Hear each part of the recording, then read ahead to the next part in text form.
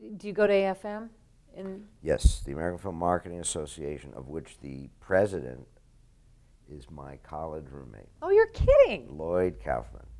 And his wife, Pat Kaufman, is the New York State Film Commissioner. No kidding. Lloyd is the Wow. president of it. He and I've known each other 10 years longer than I've known my wife. Wow.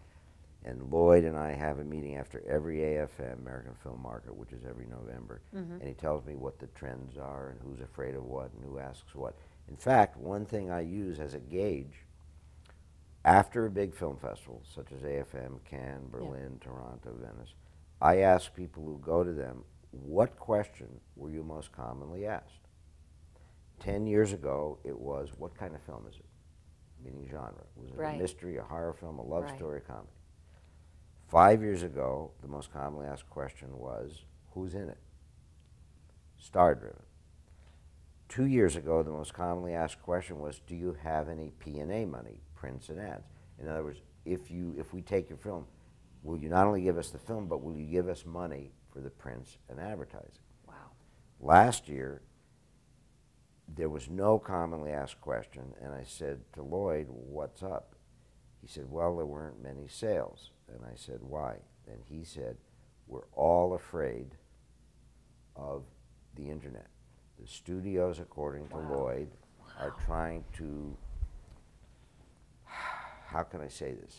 The studios don't like that so much information is available for free. And they are lobbying, according to my friend, they are lobbying in DC to close up the internet, such that you have to pay for a presence there. Yeah. Now, I don't know if that's true and so on, but I'd say that is further evidence that the studios don't really know what they are.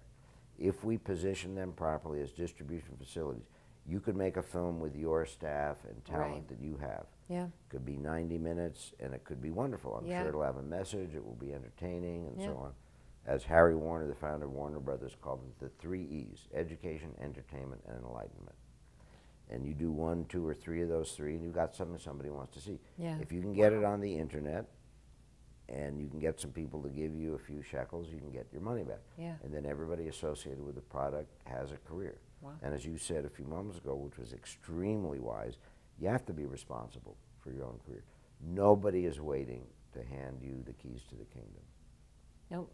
So my work is these 4 things. I teach, I write books, I consult, and I make films. I still love making films. That's sort of the stem of the cherry on the whipped cream, on the fudge, on the ice cream. It's 1% of my time is spent making movies. 99% is money issues. Trying to get to the film. I know, I hear you. That's it's mind-boggling. I mean, it's why we do everything else, right? It is the justification. And the reason I got into all this, a movie saved my life, Kate. I was having a failed romance in between high school and college. And my dad gave me a piece of advice. It happens to everybody. I said, Dad, come on. Little and then I named the name, didn't walk out on you. Yeah. All right. My best male friend said, they're all and he used a very nasty word. I'm sure he did. That didn't help me because I was the one who was head over heels. Right. My sweet, sympathetic friend said, oh, poor Eric. That was the worst of all. That locked it in. So I just could go nowhere, and I went off to college, a miserable man. And in my first term, I saw a film directed by Fritz Lang, the great German-Austrian director. It was called Rancho Notorious, starring Marlene Dietrich, and it was about a man who lost his girl at the beginning. He spends the whole film looking for the guy who took her for the purpose of killing him, which he did, and a movie. I said, great.